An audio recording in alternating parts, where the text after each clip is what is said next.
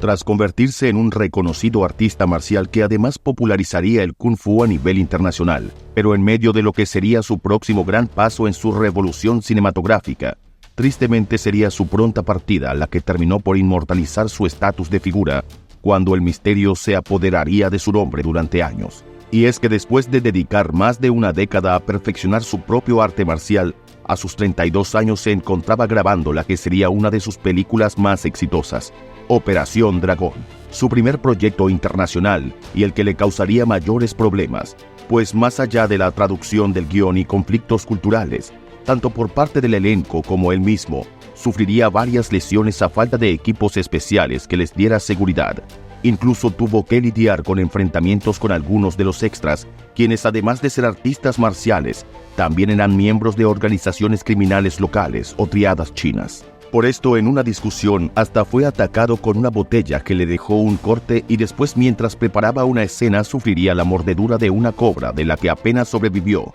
solo gracias a la rápida intervención de un paramédico que había en el set de grabación.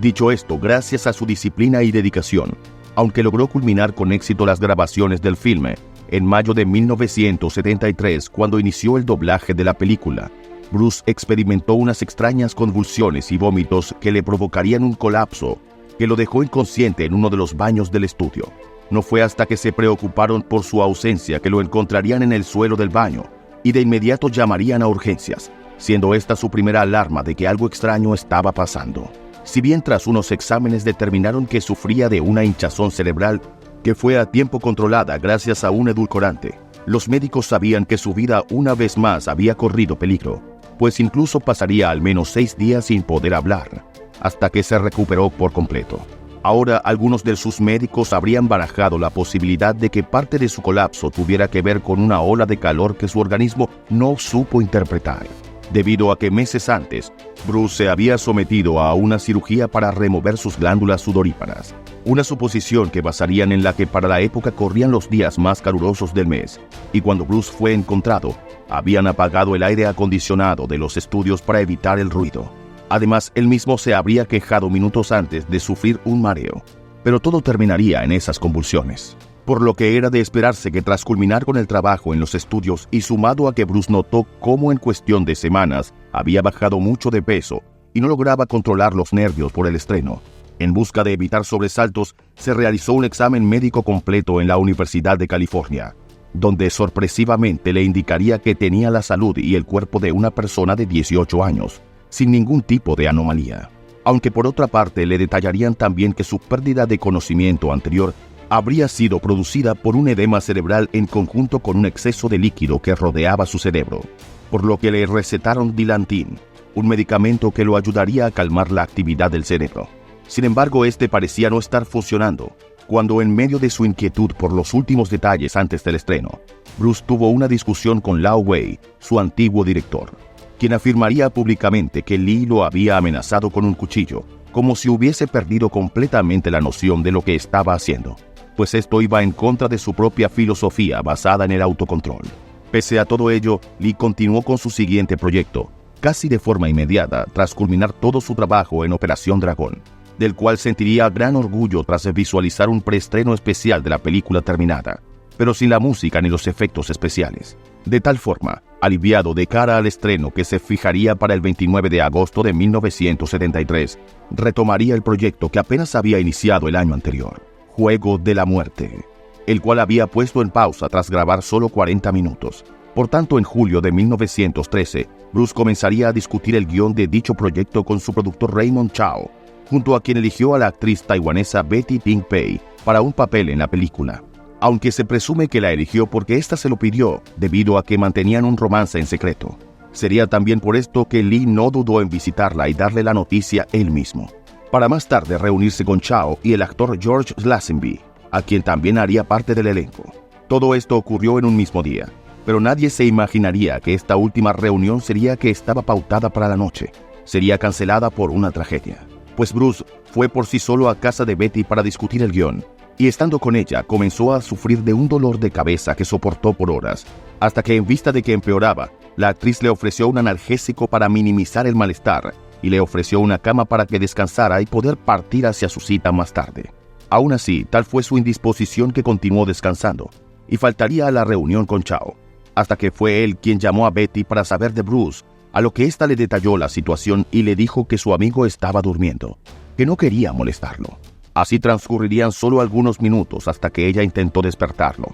pero en vista de que su sueño parecía muy profundo, comenzó a preocuparse y llamó a un médico que confirmaría en segundos que el actor estaba inconsciente, por lo que intentó reanimarlo. Sin éxito, llamaron a una ambulancia mientras Linda Lee Caldwell, la esposa de Bruce Lee, era informada sobre la situación. Una vez en el Hospital Queen Elizabeth de Hong Kong, se confirmaría el peor de los escenarios, 1 hora en estado de coma. Pero en busca de un milagro lo ingresaron a cuidados intensivos y le dieron masajes cardíacos, una inyección de estimulante al corazón y descargas eléctricas. Pero todo fue en vano. Bruce Lee ya había dado su último aliento cuando llegó a la sala de emergencias esa noche, el 20 de julio de 1973, a sus tan solo 32 años. Por supuesto que nadie se explicaría lo ocurrido. Todo ocurrió muy abruptamente e incluso tras darse a conocer la noticia, tal fue la sorpresa que en un principio se creyó que se trataba de una falsa información. Lamentablemente, no era así, y mucho se especuló sobre las posibles causas,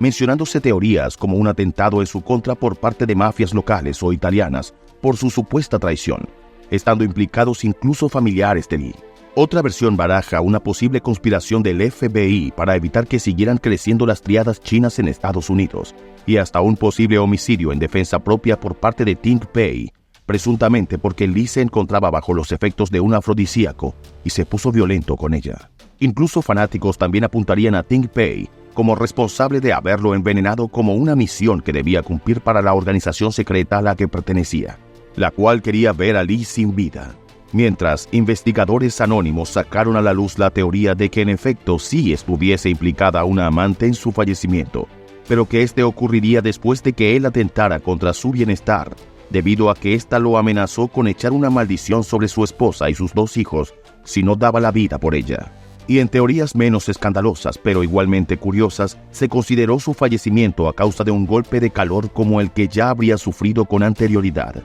Pero la realidad quizás sería un poco más injusta, pues su autopsia a principio descartaría todas estas versiones, ya que ésta detallaría que debido a que el cerebro de Bruce se había inflamado hasta el punto de comprimirse dentro de su cráneo por una acumulación excesiva de agua en el cráneo, por lo que la causa de su fallecimiento habría sido un edema cerebral, como el que había superado un mes antes. De hecho, según investigadores, esto coincidiría con la estricta dieta que éste seguía, la cual se basaba principalmente en líquidos, además de que comía muy poco y consumía en exceso sustancias muy peligrosas, hierbas ilegales, que provocaban mucha sed, sumado a opioides para sus dolores por los golpes que recibía. Ahora, muchos años después, su amigo Chao volvería a convertir las causas de su fallecimiento en un misterio, cuando afirmó en el 2005 que Bruce había fallecido por una reacción alérgica al analgésico que le dio Betty Ting Pei, una declaración que sería respaldada incluso por un forense que la describió como una hipersensibilidad que Bruce tuvo a los componentes de ese analgésico.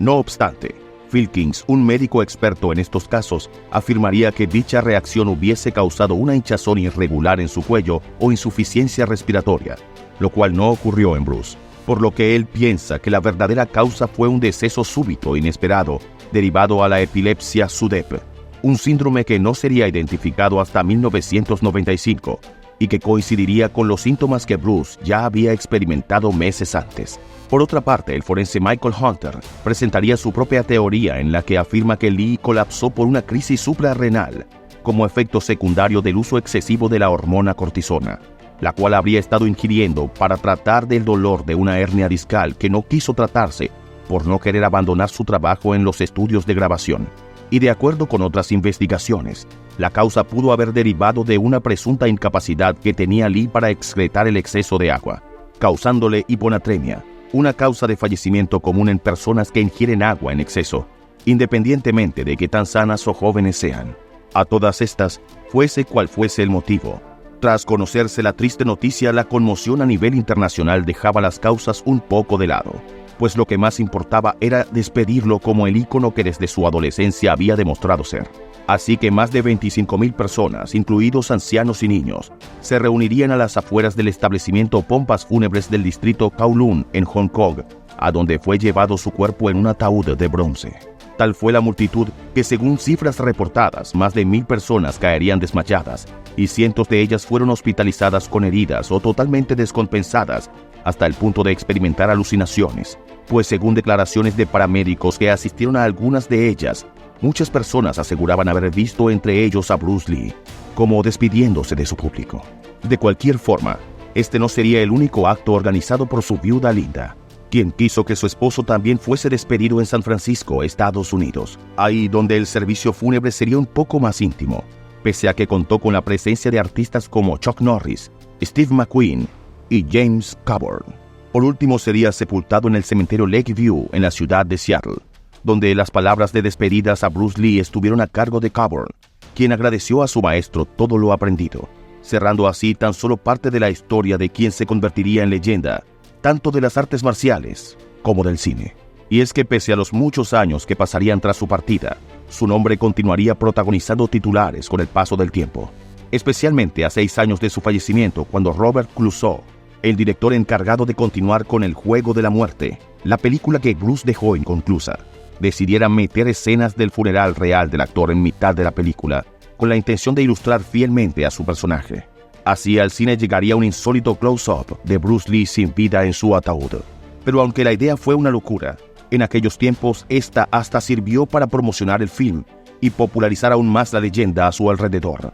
la cual hasta el día de hoy se confunde con la realidad de su vida. Tristemente, en 1993, de nuevo el exponente del Kung Fu volvería a los titulares, pero por su hijo Brandon, y para sorpresa de todos por una nueva tragedia, pues mientras este seguía los pasos de su padre como actor, vinculado a las artes marciales, a sus 28 años en el set de la película El Cuervo, Brandon Lee recibiría el impacto proveniente de una réplica de un arma de fuego que no debía estar cargada, pero que de forma inaudita impactaría con una bala viva el abdomen del joven actor, acabando con su vida. Claro que su caso recordaría al de su padre no solo por los múltiples rumores de una conspiración en su contra, sino también por la teoría que muchos hasta la actualidad defienden, asegurando que la familia Lee sí sería víctima de una maldición, la cual además afectaría hasta 3 generaciones de varones, pues se descubriría que el hermano mayor de Bruce también perdería la vida en circunstancias misteriosas. Y es por historias como estas que tanto la trayectoria de Bruce como su legado sigue siendo un misterio,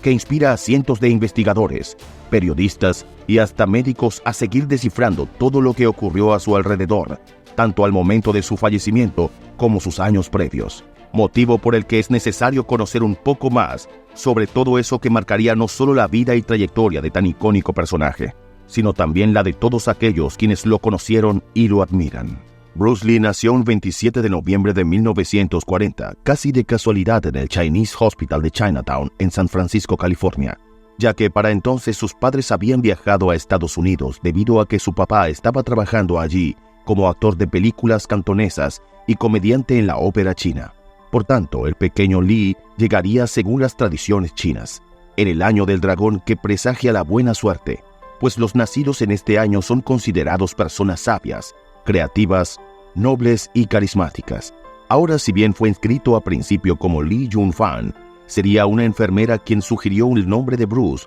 para que el pequeño llevara un nombre occidental y evitar problemas con su partida de nacimiento, por lo que así terminó siendo llamado Bruce Lee. Tras esto regresarían a Hong Kong, donde sus papás solían vivir, pero debido a la ocupación japonesa durante los años de la Segunda Guerra Mundial corrían peligro, y en especial Bruce, quien retaba levantando los puños a militares japoneses e intentaba golpear a los aviones caza con cualquier cosa desde la azotea cuando estos volaban a baja altitud. Pese a esto, Bruce crecería en Hong Kong, donde comenzó a cursar la secundaria en un instituto católico hasta que fue expulsado por mal comportamiento, por desafiar a sus profesores y hasta crear pandillas en el colegio que escondían cuchillos en los bolígrafos. De hecho, gracias a su mala reputación, en una ocasión al salir de clases, unos maleantes intentaron golpearlo, pero él logró zafarse. Mas sería por esta experiencia que su padre le enseñaría el arte marcial del Tai Chi Chuan, el cual servía como un sistema de defensa. Y aunque con esto su papá buscaba alejarlo de la violencia, Bruce se interesaría en otras artes marciales y se inscribió en la academia de Ip Man, donde aprendería también el Wing Chun. Para entonces apenas superaba sus 12 años y fue inscrito en otro colegio católico, pero de gran influencia inglesa. donde realizaban torneos de boxeo occidental a los que Bruce se inscribió y comenzó a ganar incluso a boxeadores de gran recorrido, mientras a su vez su hermano Peter lo introdujo en la esgrima occidental y él se apuntaría a clases de baile, convirtiéndose más tarde en campeón de cha-cha-cha. Pero a pesar de la disciplina que requería para desarrollar todas estas habilidades, la violencia continuaba siendo su mayor enemigo, pues tras dejar inconsciente y a punto de romperle los dientes a un rival en un enfrentamiento de Wing Chun, sería denunciado y estuvo detenido hasta que su madre lo fue a recoger a la comisaría. Para entonces ya tenía 18 años, y sus padres temían que por su mala reputación fuese atacado o reclutado por alguna organización criminal china como la Triada, con quienes ya se había peleado años antes para ayudar a un amigo. Además, sus constantes peleas callejeras ya habían provocado que la policía amenazara a sus padres con meterlo a prisión,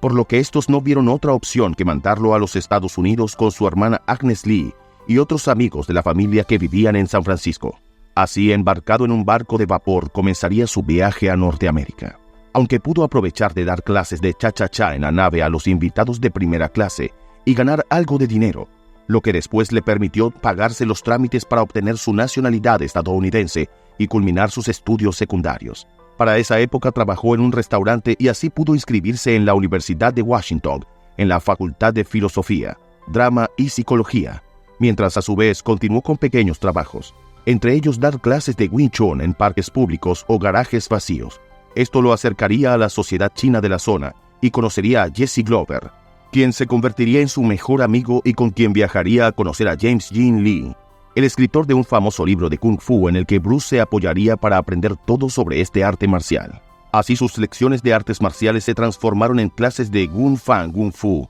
en pocas palabras, el Kung Fu de Bruce Lee, volviéndose cada vez más popular entre la comunidad china de Estados Unidos, lo que lo llevó a conocer a quien sería su esposa y madre de sus hijos Brandon y Shannon, debido a que Linda fue invitada a una de sus clases, esas en las que Bruce también conocería a artistas marciales con los que fue incluyendo en sus prácticas movimientos de jiu-jitsu, el Chi Sao, y practicando el físico-culturismo. Pero en medio de su éxito con la academia, fue por un tiempo a Hong Kong a visitar a su familia, y cuando regresó a Estados Unidos se encontraría con la carta de reclutamiento, y aunque buscó consejos sobre cómo evitar el tener que presentarse al ejército, debido a su físico y su agilidad esto no fue posible, y se vio obligado a acudir al examen médico previo. Pero para su sorpresa, sería declarado no apto para el servicio militar por tener el arco del pie demasiado pronunciado y problemas de visión. Gracias a esto, Bruce pudo continuar con sus planes, y tras asistir a demostraciones en las que presentó innovadores movimientos de artes marciales,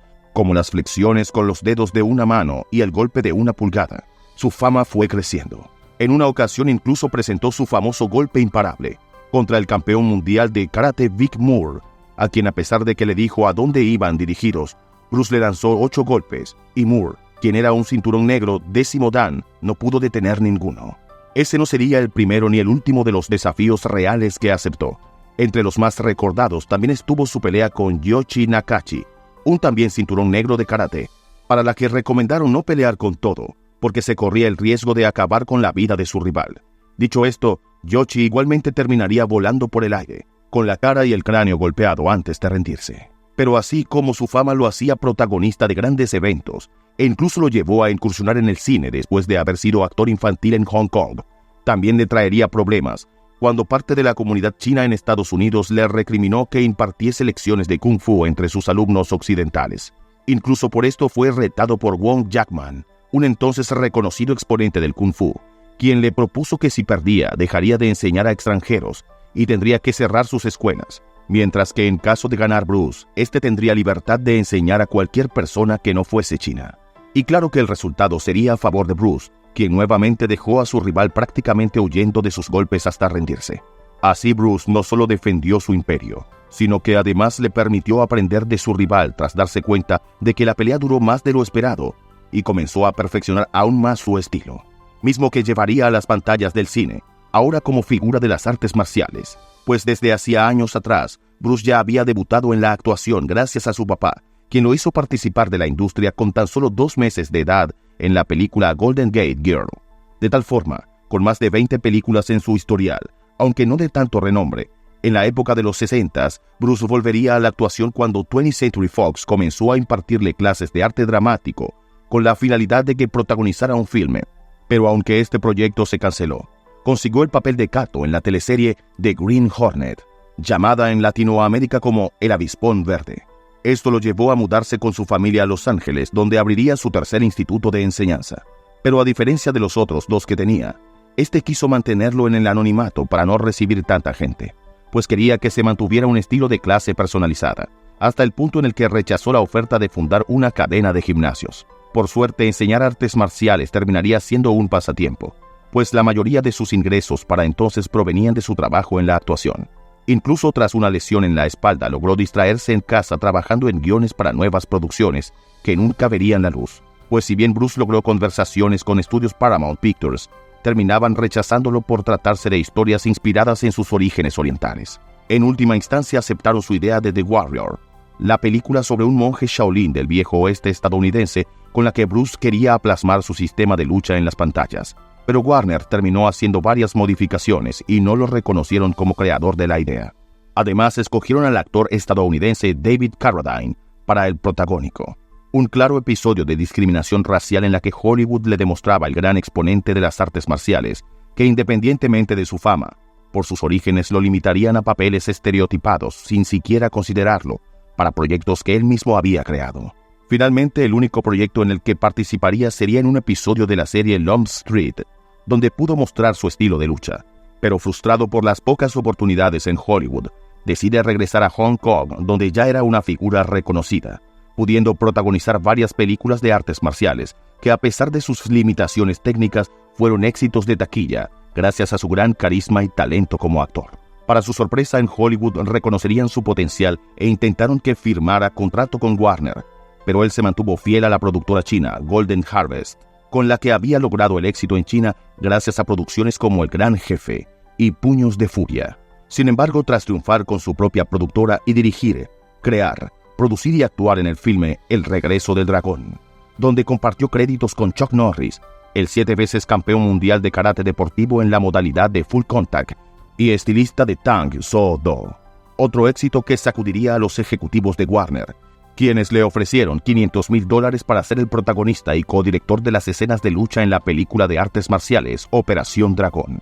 la que se convertiría en la primera película de artes marciales chinas en ser producida por un estudio importante en Hollywood, un proyecto que para él significaba su ascenso al éxito internacional. Tristemente, también se convirtió en el último después de que aquella reacción alérgica acabara con su vida 6 días antes del estreno. Una muy pronta partida, que aunque no tomó a todos por sorpresa, igualmente dejaría una profunda huella. Bruce Lee pasó a ser un ícono de la cultura popular gracias a su larga trayectoria de disciplina, autocontrol y una incansable búsqueda de superación personal, inspirando así a personas de todas las edades a perseguir sus sueños y alcanzar su máximo potencial.